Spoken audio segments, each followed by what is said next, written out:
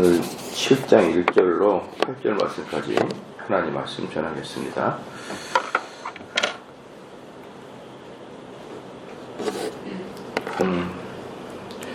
앞에 장에서는 기드온이 이스라엘 사사로 부름을 받고 미디안의 전투에 참전하기 전에 먼저 바알 신당을 회파했던 사건들을 기록하고 있고요.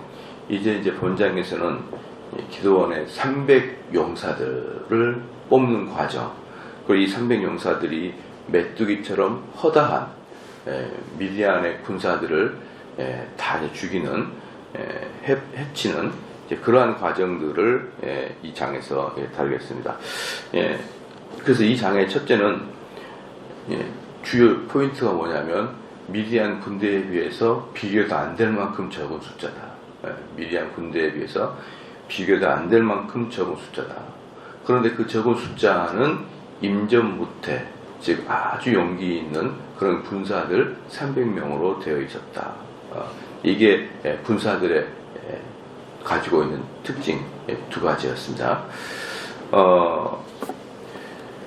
그러면 이 7장에서 말씀을 하고 있는 것은 세 가지로 우리가 좀 볼 수가 있는데요. 불과 300명을 이끌고 무수한 대적들을 격돌하는 것은 인간의 용맹의 한계를 넘어섰다는 거예요. 인간의 용맹의 한계를 넘어섰다. 그래서 이것은 하나님께서 개입을 하셨고, 하나님이 개입을 하신 과정은 어떤 과정이냐 그러면 사람의 마음을 이렇게 자극하는 것이에요. 자극하는 거. 이게 우리는 성경을 쭉 보면은 그리고 사람들은 자꾸 이제 질문하는 내용이 뭐냐 그러면 하나님의 뜻이 어디 있느냐 이런 걸 되게 궁금해해요. 내가 A 쪽으로 갈까 B 쪽으로 갈까?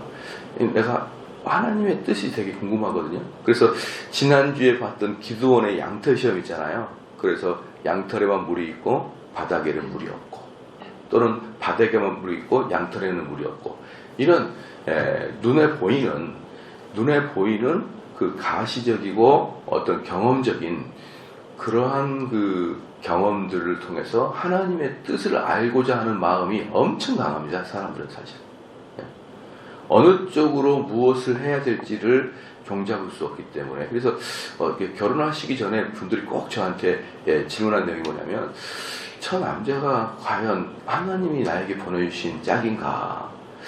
마음속으로는 저 남성이나 여성에게 마음이 가는데 왠지 성격이 좀 안 맞는 것 같기도 하고, 또는 그래서 마음에는 좀 사랑하는 마음이 있는데 자꾸 만나면 다투고, 또 마음에는 또 이렇게 소원이 있는데 또 집안의 환경이 좀 많이 다르고, 목사님 저 사람이 과연 내 배우자 맞을까요? 이렇게 묻는 경우가 상당히 많습니다. 상당히. 그럼 저는 항상 그분들한테 하는 말이 당신 마음대로 하세요. 이거였거든요. 저는 당신 마음대로 하세요. 제가 못 모를 때, 목회 초기 때나 전도사 때는 그런 상담이 오게 되면 답을 해줘야 되는 것이 사역자라고 생각했었어요. 제가 답을 해줘야 되는 것이 물어보는 사람들이나 대답을 듣고 대답을 해줘야 될 입장이나 종교인들이라 그러면 그 답을 해줘야 되는 줄알고 생각을 했던 거예요, 다들. 그래서 저도 전도사 때나 목회 초창기 때 청년부 담당할 때는 그런 일들이 더 많았죠. 그럼 사람들이 물어보면은 분명히 결혼하게 되면은 너무 불행하게 눈에 보네요. 성경적으로 보는 게 아니고 그냥 인생의 선배로서 이렇게 봐도 저 남자는 아닌 거예요. 그러면은 그 자매한테 조용히 이야기해 주죠. 그 자매를 사랑하는 마음과 또 그 형제도 결혼해서 불행해질 수 없잖아요. 같은 교회 형제 자매일 경우가 더 그렇습니다. 그럼 저는 다 아니까. 그래서 자매한테 쭉 단점을 이야기하면서 너 저기 안 되겠다. 걔랑 결혼하면 좋을 게 없을 것 같아. 그렇게 조언을 해줄 때가 종종 있었거든요. 근데 그렇게 조언을 해주면은 결혼 3년 안에 목사님이 그렇게 조언했다는 내용을 꼭 배우자한테 이야기를 하더라고요. 아마도 싸울 때 그랬겠죠. 목사님이 결혼하지 말라는 게 딱 맞네, 이렇게 했을 것 같아요. 제가 낭패를 보는 게 한 서너 번 있었습니다. 야, 얘 뭐 내가 조언해가지고 돈은커녕 밥 한 끼도 못 얻어먹었는데 욕은 실컷 먹는구나. 밥 대신 욕은 실컷 먹는구나. 제가 그걸 경험하고 나중에는 내가 이런 조언을 안 해야겠다, 이렇게 인간적인, 저는 성경적이고 성령의 마음의 감동이 아니라 인간적인 마음으로 내가 이런 조언은 안 해야겠구나, 그렇게 결론을 했어요.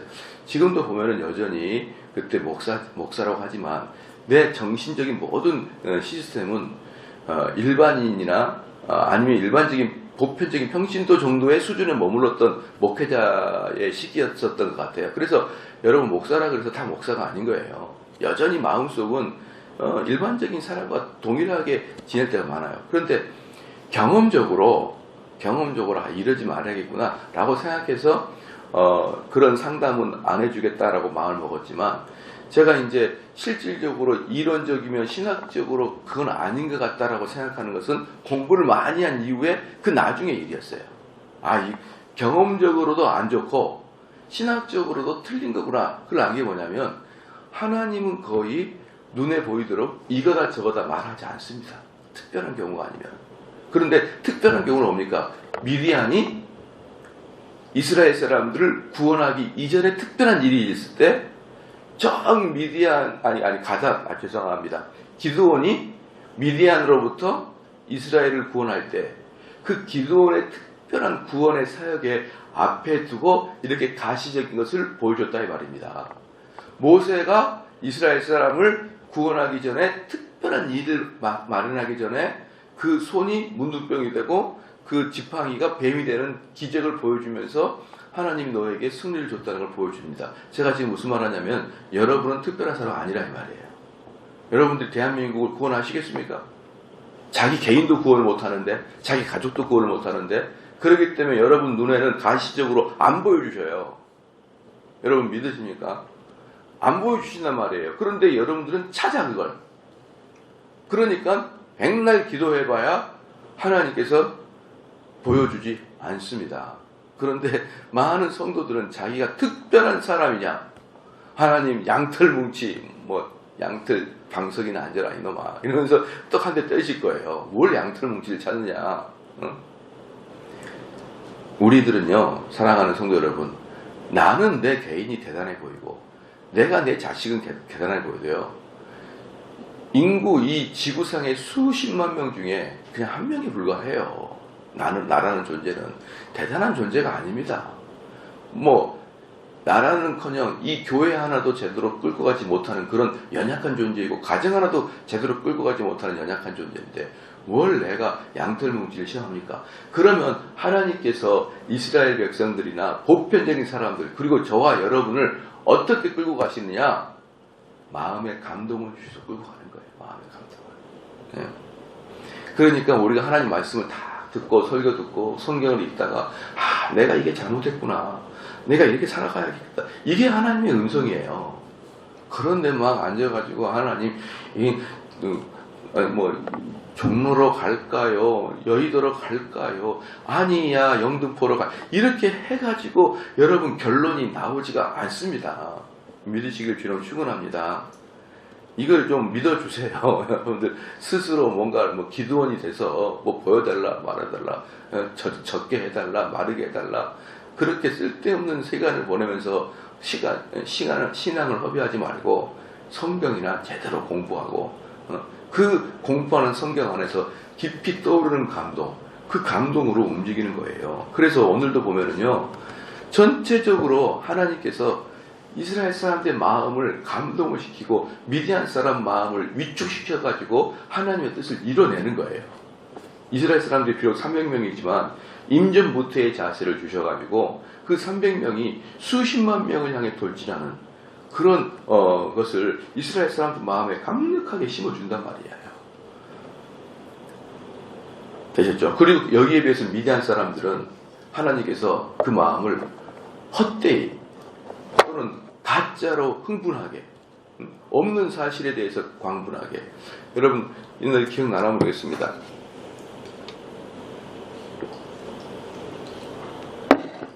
옛날에 우리 그 대한민국의 그 사스 혹시 기억나십니까?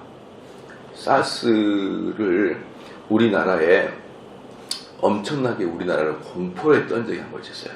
우리나라를 공포에 떨게 했던 사스라는 그런 그 바이러스가 돌았어요. 그 바이러스. 그래가지고 막 뉴스에 어디가 뚫렸느니 드디어 고양시에도 뭐 나왔습니다. 또 그리고 뭡니까?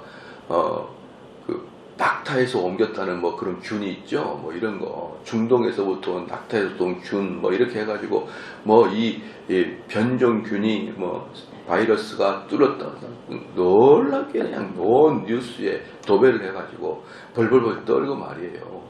교회 숫자도 줄어듭니다. 교회 숫자도. 이 사람들이 어떻게 된 게 고통이 있고 그러면 교회 더 와서 기도를 해야 되는데 아니 이렇게 하니까 교회 숫자가 뚝 떨어지고 교회 앞에다가 또 우리 사역자들은 목사님 교회 숫자 떨어지니까 손에 찍 발라가지고 바른 거 있거든요. 이렇게 발라가지고 스킨 같은 거 발라가지고 손을 깨끗이 하는 거 내야 됩니다.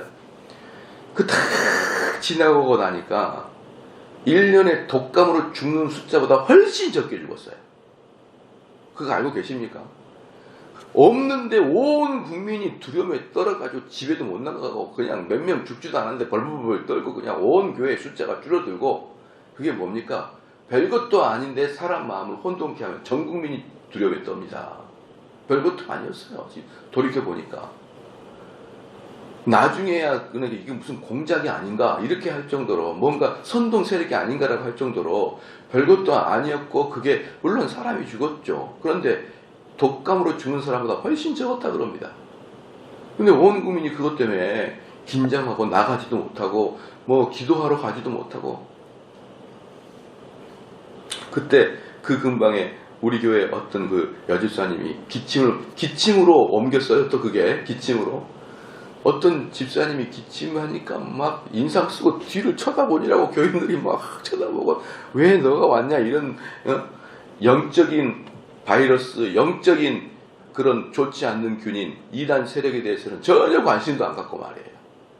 육적인 바이러스가 있으니까 눈을 찌푸리고 막 왜 왔냐 이런 식으로 막 쳐다보는데 야 우리 교인들 순식간이 돼요. 그냥 적군이 되는 게. 근데 나중에 알고 보니까 별게 아니었어요. 그게 헛된 것에 대한 공포에 빠지면 사람들이 이렇게 됩니다. 근데요 미디안이 그런 공포에 빠져요. 미디안. 아무것도 아닌데 공포에 확 빠져가지고 막 정신을 못 차립니다. 그렇게 하나님은 한 민족을 멸망에 빠뜨릴 것입니다. 누가 잘하고 잘못한 게 아니라 하나님 가만히 앉아서 사람들의 마음을 이렇게 조종을 하셔가지고 그 마음에 소원을 주시고 그 마음에 열정을 주시고 그 마음에 용기를 주시고 또 한쪽은 혼미케 하고 두렵게 하고 소란스럽게 하여서 몇십만 명이 300명한테 그냥 지도록 하나님께서 그 마음을 이끌어 가시는 것을 볼 수 있어요. 그 다음에 두 번째는 우리가 뭘 보여야 되냐 그러면 그럼에도 불구하고 하나님께서 사람들의 마음을 조정함에도 불구하고 사람들이 할 일이 없느냐? 아닙니다. 기드온은 철저히 계획을 잡았습니다. 뭡니까? 야밤에 급습한 거예요. 급습. 그리고 아주 체계적으로 급습을 한 겁니다. 그러니까 미디안 사람들은 수십만 명인데 이스라엘 군대는 몇 명 안 됩니다. 그러니까 미디안 사람들이 저놈들이 우리를 쳐들어올까 싶어가지고 아마 대비태세를 덜 했던 것 같아요. 바로 그때 기드온이 야간에 급습하게 돼가지고 만약에 기드온이 이 모든 것은 하나님이 우리에게 뭐 용기를 주시고 우리에게 승리를 주겠다고 나한테 약속을 맺었으니까 나는 대낮에 떳떳이 들어갈 거야. 그렇게 안 했어요. 밤에 기습하는 거예요. 밤에. 그 다음에 세 번째는 뭐냐면은 그 300용사들이 정예병들이었고 인정부터 임하는 자세였단 말입니다. 이 세 가지가 다 갖춰져 있었던 거예요. 하나님이 사람들의 마음을 움직였고 그럼 사람들은 그냥 그 마음 때문에 용기를 내서 돌진 앞으로 했느냐? 그렇게 하지 않았습니다. 그렇게 하지 않고 작전을 짰고 그 다음에 군사들은 아주 용맹스러웠고 체계적이었고 그 다음에 명령에 순종하는 그러한 자들로 이 역사를 여러분 이뤄내는 것입니다. 그러면 우리가 1절을 좀 이제 볼게요. 1절을 보면은 여룻바알이라 그랬죠. 여룻바알. 이것은 뭡니까? 바알과 논쟁한다 그랬습니다. 바알과 논쟁한다. 그래서 여룻바알의 것은 바알과 논쟁해서 바알을 이겼다 그런 뜻이에요. 지금 무슨 말입니까? 바알을 두들겨 패놨는데 바알이 아무 힘도 못 쓰고 그냥 죽어버리더라. 이 뜻이에요. 그래서 여룻바알이라는 뜻은 바알에 대한 빈정거림의 표현이었습니다. 그 다음에 2절 말씀에 여호와께서 기드온에게 이르시되 너를 쫓는 백성이 너무 많은지 내가 그들의 손에 미디안 사람을 붙이지 아니하리니 이는 이스라엘이 나를 거스려 자긍하기를 내 손이 나를 구원하였다 할까 함이니라 이랬거든요. 이게 실질적으로 이스라엘 사람들이 32,000명이 모였어요. 32,000명이. 3절에 보니까 이제 너는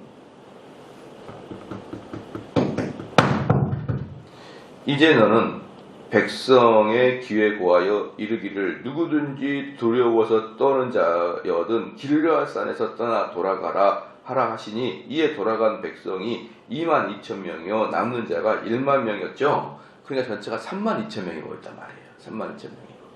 여기에 비해서 미디안의 군사는 수십만 명입니다. 그러면은 이 당시에는 뭡니까? 무기가 단순한 무기예요. 단순한 무기. 예를 들어서 칼이라든지 아니면 몽둥이라든지 이런 단순한 무기이기 때문에 전쟁의 승패는 거의 절대적으로 숫자에 달려 있습니다. 숫자에. 지금이야 숫자가 별 상관없어요. 지금 숫자는 별 상관없고 포탄만 있으면 됩니다. 저번에 보면은 이스라엘 아니죠 미국 사람하고 만약에 예를 들어 미국 사람하고 북한이 전쟁을 하잖아요. 미국 사람들은요 한 명도 전사 안 합니다. 한 명도 안 해요. 왜냐하면 미국은 전쟁을 할 때 모든 걸 앉아가지고 컴퓨터로 게임하듯이 전쟁을 해버리거든요. 뭐 비행기 띄우고 뭐 이런 것들 전부 다 컴퓨터로 합니다. 그러니까 미국인들은 전사자가 한 명도 안 나타나요. 이라크 전쟁 때도 한 명도 안 나타났었는데 언제 전사자가 나타났냐 그러면은 육군이 침범해가지고 그 땅을 정복해 나갈 때 그때도 몇 명 전사자가 있어요. 예컨대 총도 어떻게 생겼냐 그러면요. 여러분 총이 뭐냐면 딱 벽에 숨어가지고 저기에 딱 보면 이렇게 딱 얼굴을 내밀어야 될 거 아니에요. 응? 이렇게 벽이 있으면 이렇게 얼굴을 내밀어야 누가 있는지 알 거 아닙니까? 근데 미군 총은 어떠냐면 총구 앞에 카메라가 있어서 딱 돌리면요 숨어서 다 보여요. 그러니까 적이 있는지 없는지를 얼굴을 내밀지 않고 카메라만 들이밀어요. 그럼 이라크 사람들은 얼굴을 내밀거든요. 그러니까 미국 사람들은 육지전에서도 안 죽어요 별로. 무기가 좋아가지고. 그 다음에 열 탐지기가 있어서 저기 뒤에 숨어있으면 거기서 열이 보여 열이. 그렇기 때문에 죽지 않거든요. 지금 현대전은 미군은 한 명도 피 안 흘리고 이라크 전체를 다 전멸시키고 있습니다. 이건 전체적으로 무기의 역할인데 만약에 옛날에 칼과 활, 그 다음에 몽둥이로 싸울 때는 절대적으로 숫자가 누가 중요합니까? 숫자가 중요한 거예요. 전쟁의 승리는 절대적인 숫자예요. 그런데 미디안 군대는 수십만 명이고 이스라엘은 32,000명입니다. 이건 엄청난 열세입니다. 그런데 여러분 잘 생각해 보십시오. 32,000명이 혹시 한 30만, 40만을 죽였어요. 그럼 그것은 하늘의 기적일까요? 아니면 인간의 용맹일까요? 시작. 인간의 용맹일 수가 있습니다. 왜? 실제적으로 역사상 36,000명으로 6만 명을 죽인 전투가 있었거든요. 그게 뭐냐 그러면은 바사왕 고레스 3세를 가우 가멜 전투에서 알렉산더 대제가 그리스 알렉산더 대제가 36,000명으로 60만 명을 죽였습니다. 그러니까 이 기드온과 미디안의 전투가 비슷했어요. 이 미디안의 전투도 상당히 몇십만 명이었고 기드온은 32,000명이었거든요. 이 전투가 비슷했는데 역사상 여러분 알렉산더를 뭐라고 합니까? 전쟁의 신 알렉산더 대제 어때요? 36,000명으로 60만 명을 이겼어요. 그리스가 페르시아 제국을 이겼단 말이에요. 그러니까 우리는 모든 사람이 누구를 높입니까? 알렉산더 대제를 높이잖아요. 그러면 32,000명 기드온 숫자가 기드온의 32,000명이 미디안 사람 수십만 명을 죽이면 누구의 이름이 올라가요? 기드온의 이름이 올라간단 말입니다. 이것은 엄청나게 역사상 딱 한 번 알렉산더 대제가 이뤘던 놀라운 일이지만 그렇게 놀라운 일을 하게 되면은 알렉산더가 엄청나게 영광을 받기 때문에 하나님은 그것을 알고 있었습니다. 32,000명으로 전쟁하면은 기드온 개인이 엄청나게 영웅이 될 것을 알고 있었기 때문에 하나님께서 뭐라고 해야 되냐? 많다 그랬어요. 많다. 처음에 말씀드렸지만 이때 전쟁은 절대적으로 머리 숫자였거든요. 머리 숫자였는데 절대적인 머리 숫자가 현격하게 부족했던 기드온 숫자에게 32,000명에게 많다라고 했던 거예요. 그 이유는 32,000명으로서는 군사 대 군사로서 해볼 만한 숫자였거든요. 그리고 군대 유사 이래 역사 이래 그러한 사건이 단 한 번 있었기 때문에 하나님은 그 마음을 알기 때문에 많다 그렇게 얘기합니다. 많다. 자, 그 다음에 봅시다. 3절에 이제 너는 백성의 귀에 구하여 이르기를 누구든지 두려워서 떠는 자여든 길르앗산에서 떠나 돌아가라 하라 하시니 이에 돌아간 백성이 22,000명이요 남은 자가 10,000명이더라. 여러분 이제 이 기드온의 입장에서 생각해 보십시오. 하나님이 32,000명이 많다는 거예요. 야, 이게 정말 하나님 이게 32,000명도 지금 적은데 이걸로도 지금 해볼까 말까인데 이게 많다 그러면 무엇으로 싸웁니까? 그래가지고 기드온한테 시킨 거예요. 두려워 떠는 사람은 집에 돌아가라. 그랬더니 얼마나 순종한지 그 자리에서 22,000명이 집으로 가네요. 그러면은 이 전쟁을 이끌려고 하는 기드온이 얼마나 긴장을 하겠습니까? 내 정말 이거 단 한 명도 부족해 죽겠는데 32,000명이 가네. 이렇게 마음을 두려워 떨 거 아닙니까? 참 이제 기드온의 마음은 너무나 이렇게 마음에 제 느낌이 와요. 만약에 지난번에 제가 신명기 20장에서 제가 설교를 할 때 이렇게 얘기했습니다. 전쟁을 할 때 전쟁에 참여하지 않고 돌아갈 수 있는 자격을 주는 즉 명예제대 그냥 돌아가라 라는 게 세 가지 조건이 있었는데요. 첫 번째는 뭐냐 그러면 현재 자기 가족들의 생계를 위해 포도원을 가꾸고 있는 사람은 돌아가도 좋다 그랬어요. 가족의 생계가 달려있는 사람. 둘째, 현재 약혼한 상태에 있는 사람들은 돌아가라 그랬어요. 셋째, 두려운 사람은 돌아가라 그랬습니다. 그래서 이스라엘 사람들에게는요, 전쟁이 임할 때는 세 가지, 즉 지금 생계를 책임지고 있는 사람, 둘째, 이제 막 약혼한 사람, 셋째, 두려워 떠는 사람은 집에 돌아갈 수 있도록 신명기에 그렇게 나왔단 말입니다. 신명기 20장 1절로 8절까지. 그렇잖아요. 그게 이 이스라엘 사람들의 명예제대입니다. 그런데 여기서 세 번째, 두려워 떠는 사람 집에 가라 그러니까 3분의 2가 집에 가요. 3분의 2가. 그러니까 기드온은 이건 너무나 이제 깜짝 놀란 것입니다. 자, 그러니까 왜 이렇게 두려워 떠는 자는 절대로 이 이스라엘 전쟁에 참여할 수 없냐 그러면 하나님이 지시하는 전쟁에서 두려워 떠는 것은 사실 두려움이 아니라 불신앙이에요. 하나님 분명히 이기게 해주겠다고 말씀을 해주셨음에도 불구하고 여전히 두려워 떠는 것은 연약함이 아니라 불신앙이란 말입니다.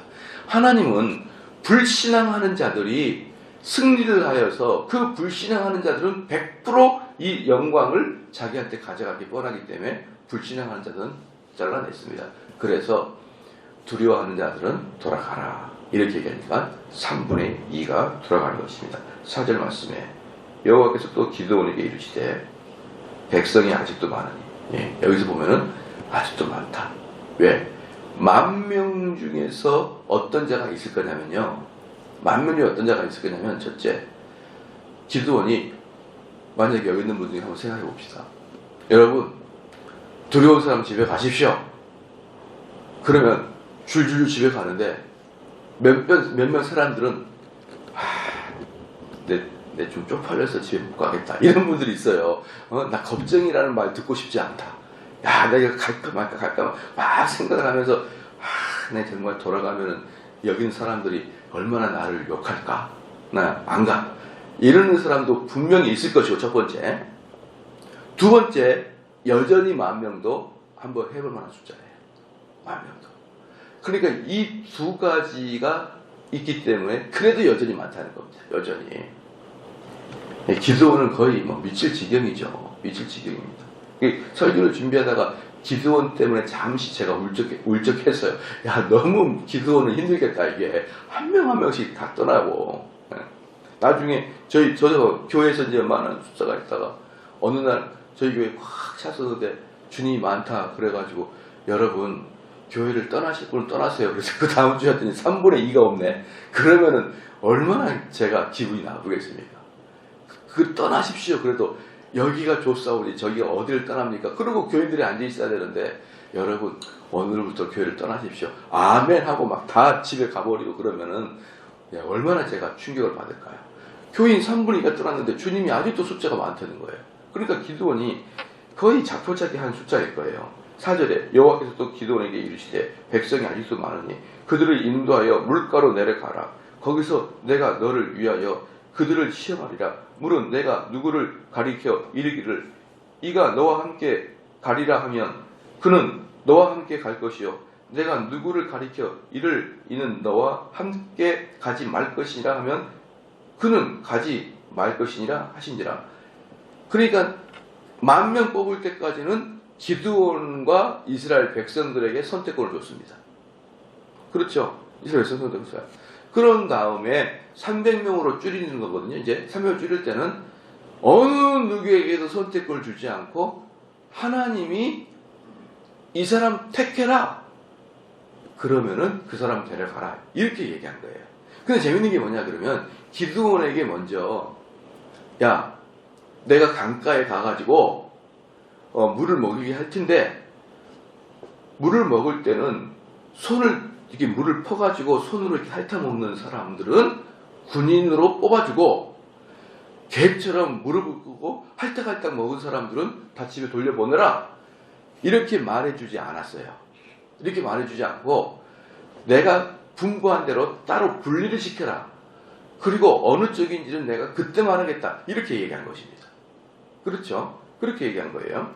자, 5절에 이에 백성들을 인도하여 물가에 내려가매 여호와께서 기드온에게 이르시기되 무릇 개 핥는 것 같이 그 혀로 무릎을 꿇고 마시는 자도 그같이 하라 하시더니 여기서 4절에 하나 더 말씀을 드린 게 뭐냐면 4절에 여호와께서 또 기드온에게 이르시되 백성이 아직도 많으니 그들을 인도하여 물가로 내려가 거기서 내가 너를 위하여 그들을 뭐하겠다? 시험하다. 이것은 에츠렌 펜누입니다. 에츠렌 펜누. 히브리 말로 에츠렌 펜누가 시험하다는 것입니다. 이것은 뭐냐 그러면 불순물을 제거하여 광석을 재련하다라는 뜻이에요. 여기서 시험하다는 뜻은. 그러니까 이 원석에서 불순물을 제거하여 오리지널 광석을 빼낼 때 시험하다. 그러면 야고보 사도는 이렇게 말했습니다. 하나님은 우리를 시험하지 아니하신다. 이렇게 말씀하셨어요. 하나님은 우리를 시험하지 아니하신다. 이렇게 말했는데 여기서는 내가 너희를 시험하여 이렇게 말했습니다. 그러면 야고보에서 말하고 있는 시험하는 거하고 여기서 말하고 있는 시험하는 게 뭐냐면 여기서는 불순한 의도를 빼내고 불순한 불신앙을 빼내고 너가 진짜 순수한 신앙이 있는지를 테스트하고 순수한 신앙이 있도록 중간고사, 기말고사를 보면 공부를 하면서 실력이 향상되듯이 우리의 불순물을 제거하고 불신앙을 제거함으로 우리의 신앙을 높이는 시험이 것이고 야고보가 말한 시험은 템테이션인데 그 시험은 유혹해서 넘어뜨리는 시험을 말하는 거예요. 그러니까 하나님께서 우리에게 시험을 줄 때는 어떤 시험이냐면 우리에게 고통을 주는 시험인 거예요. 우리에게 어려움을 줘서 이 어려움을 이김으로 말미암아 성장할 수 있는 시험은 하나님 주시지만 내가 죄를 짓고 넘어지는 시험은 하나님이 시험을 주지 않냐고 내 속에 있는 욕망이 나를 끌고 가는 것입니다. 여러분 이해가 되시죠? 그러니까 내가 죄를 지어가지고 내 욕망에 끌려가지고 하나님이 나를 시험하였다 또는 마귀가 나를 시험하다 그렇게 하지 말라. 왜? 네 마음속에 있는 욕망이 너를 그렇게 하는 것이지 누가 너를 그렇게 시험한 게 아니다 라고 이야기하는 것입니다. 그래서 그렇게 시험 과정을 거쳐서 재련된 광석들을 따로 모으겠다. 이게 하나님의 뜻이었던 것이에요. 그 다음에 5절에 이 백성을 인도하여 물가에 내려가며 여호와께서 기드온에게 이르시기를 읽었고요. 6절에 손으로 움켜 입에 대고 핥는 자의 수는 300명이요 그 외의 백성은 다 무릎 꿇고 물을 마신지라. 사랑하는 성도 여러분, 여기서 제가 질문을 하나 할게요. 그러면 무릎을 꿇고 물을 떠서 마시는 사람들은 군사, 용사로 만들고 개처럼 핥딱거려서 먹은 사람들은 집에 돌려보냈습니다. 그 하나님의 기준이 뭘까요? 시작. 하나님이 왜 300명은 군사로 뽑았고 왜 나머지 그 10,000명에서 300명과 9,700명은 돌려보냈고 이 물을 개처럼 핥딱거려 먹는 사람은 돌려보냈을까요? 옛날에 뭐라 그랬냐면요. 이런 설교가 기억나네요. 무릎을 딱 꿇고 물을 딱 먹은 사람은 물을 한번 먹고 쫙 사변을 돌아보는 거예요. 누구처럼 뿅아리들이 물 한번 먹고 이렇게 머리를 흔들어대듯이 물을 먹고 사방을 훑어보는 이 사람은 적군이 오는지 안 오는지 항상 태세를 갖추는 그런 전쟁의 그런 임하는 자세가 된 사람이고 한 부류는 전쟁이 있건 말건 뭐 군인이 오건 말건 목마를 때 머리 퍼박고 개처럼 먹으니까 이 사람은 전쟁에 나가면은 100% 문제다. 이렇게 이야기하는 사람들이 가짜 목사들이에요. 왜? 그들은 하나님의 선택을 어쨌든 인간의 잘함에 대해서 인간의 선함과 인간의 공로를 두고자 하는 전형적인 알미니안주의자들이 하는 소리예요. 왜 물을 떠서 먹는 사람들을 뽑았느냐? 딱 하나입니다. 숫자가 작아서. 숫자가 작아서. 그래서 하나님은 숫자를 갈라먹기만 하고 누구를 쓴지를 이야기 안 했습니다. 왜? 누구를 쓰시려고? 시작. 적은 숫자를 쓰려고. 그 핵심 포인트가 4절이에요. 여호와께서 또 기드온에게 이르시되 백성이 아직도 많으니. 하나님은 절대적으로 우리가 했구나라는 것을 다 빼버린 거예요. 다. 절대적으로 하나님이 했구나 할 때까지 이들을 전쟁에 참여시키지 않았습니다. 믿음의 사람으로 완전히 이건 우리의 일이 아니야. 몇십만 명 대 300명? 말도 안 되죠. 그럴 때까지 다운시켰습니다. 그런데 많은 선배 목사님들이 사실은 제가 이렇게 표현하면 죄송하지만 우리 한국의 선배 목사님들은 신학적으로 빈약했어요. 그분들이 한국 교회를 이렇게 부흥 발전시킨 것은 맞으나 사실은 빈약한 신학에 의해서 성경을 해석했던 것입니다. 그때는 이게 알미니안지 이게 정통 칼빈주의지 구별도 못해요. 그냥 여기서 어떻게 해서든지 인간의 측면에서의 공로를 생각하고자 하는 마음이 끝까지 우리 선배 목사님들의 마음을 잡고 있습니다. 그래서 이 부분을 해석할 때 거의 대부분 뿅아리처럼 물을 퍼서 먹는 사람들은 전쟁에 참여할 때 전쟁의 군의 자세가 잘 된 사람들을 하나님이 쓰셨다. 그러니 교훈도 좋아요. 이렇게 말하면 교훈도 좋아요. 그러니 여러분 항상 긴장하고 항상 하나님의 뜻이 뭔지 알고 어느 곳에 가든지 성실히 하고 군인으로서 정당에 임하고 그렇게 사십시오 라고 윤리도덕적 명령들을 딱 끄다고 합니다. 그러니까 이렇게 설교를 하게 되면 대단히 쉽고 대단히 교훈적이에요. 그런데 말씀의 결론이 뭐냐? 숫자가 적어서. 그럼 여러분 할 게 뭐가 있어요? 뭐야? 그럼 우리는 뭐라고 살아야 돼? 이렇게 도덕적으로 끌어내지를 못하니까 항상 이 본문은 꿇어서 물을 먹은 사람들에게 공로를 줬던 그런 본문입니다. 그런데요, 이때 하나님인 300명은 작은 숫자를 뽑은 거예요. 작은 숫자. 더 이상 여러분 만약에 제가 남자라고 생각해봐요. 용사를 뽑는다. 용사를 뽑는다 그러면 딱 무릎을 꿇고 이렇게 물을 이렇게 하는 사람이 더 용사 같아요? 아니면 개처럼 덜컥덜컥 먹으면서 우와 하는 사람이 용사 같아요? 용사는 개처럼 먹는 애들이 용사죠. 와 시원하다 이러면서. 용사가 무슨 용사입니까? 그냥 적은 숫자였죠. 적은 숫자. 그래서 아마 개처럼 먹은 사람이 300명이고 이렇게 핥아서 먹은 사람이 9,700명이면 핥아서 먹은 사람 집에 갔을 거예요. 여러분 모든 공로는 하나님께 들어가는 것이지 인간에게 공로를 찾으려고 하면 안 되는 것입니다. 오늘은 신한 관계사 여기까지만 하겠습니다. 기도하겠습니다.